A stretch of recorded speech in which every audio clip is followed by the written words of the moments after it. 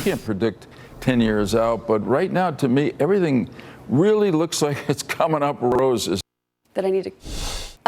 Well, that was Senator Joe Lieberman talking about the bull market on Wall Street and saying, this could become the longest ever. Today is the day for the bull market. The long rally, which started back in March of 2009, followed the financial crisis of 2008. Will the gains, of course, continue? That's the big question. Doug Flynn, certified financial planner and co-founder of Flynn Zito Capital Management, is with us, and Mark Avalon at Potomac Wealth Advisors. Guys, good morning. Good morning, Cheryl. Good morning. Good. This is, let's just say it's a fun topic to talk about, but and here we go today. New intraday record for the S&P yesterday, but this particular rally, we're not getting the gains that we actually saw back in the tech boom, the last big bull market from 1990 to 2000.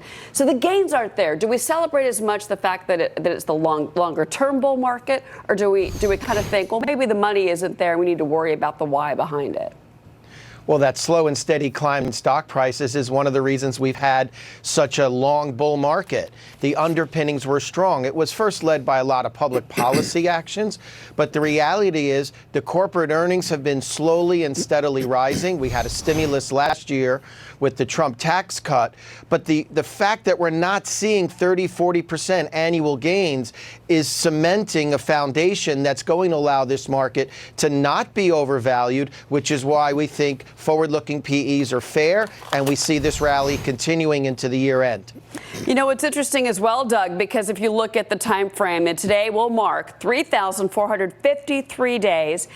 The S&P 500, just to remind our viewers about how far we've come, was at 666 on March 9th of 2009. How astonishing is that in your opinion? I remember.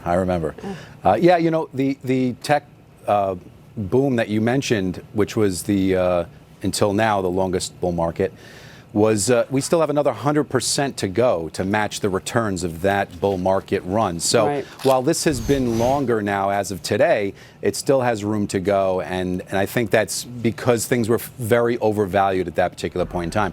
Right now, you're sitting in valuation territory that's right on the average of whether you want to look at 25-year averages or 50-year average markets in terms of valuation. So we're not overvalued. And with corporate earnings the way they're going, that means that things look pretty good going forward for the remainder of the year. But, Mark, there has been a lot of questions about tech and the valuations of some of the biggest technologies. We call it the party of five, but the big story, of course, has been Apple and Amazon and Alphabet. If you look at those companies and some of the PE multiples on them, some have kind of put up a little bit of a warning bell and said, these companies might be just a little frothy. What do you say?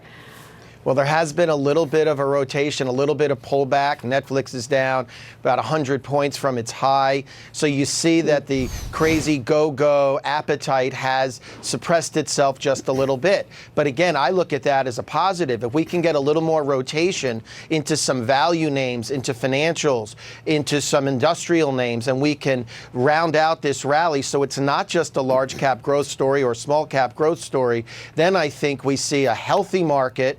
And we see that we're able to look through the risks of tariffs and trades, which could affect our industrial sector. And if we can see positive returns in those areas, then we see the strong underpinnings for a continued market move up. Doug, he mentioned some of the industrial names, and some of those have been under pressure as we've had this ongoing spat with China, which there is still no resolve and really no certainty on yet. I know investors don't like uncertainty. But at the same time, if you look at the Fed minutes, and we're going to get those today from the meeting, I'm going to be really curious what they say about the potential of a trade war or tariffs, because they kind of hinted at it in their last meeting.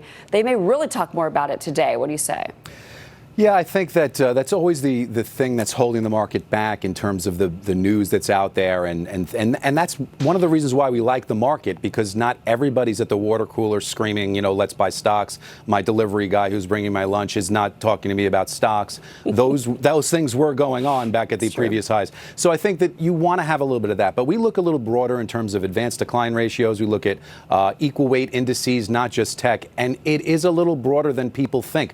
The big tech names have gotten gotten all the press. But in reality, this is broader than people have really realized, which means the underpinnings are very, very strong, and earnings look like they're going to hit record highs and continue to do so. So that drives the market in the long run. So it's going to be more broad-based than I think we've seen in terms of concentration. Yeah, I think you in both tech. agree that the economy is strong, that tax cuts had helped, and that really overall with strong corporate earnings, we have a lot of reasons to celebrate today. And I think we're going to all day on Fox Business.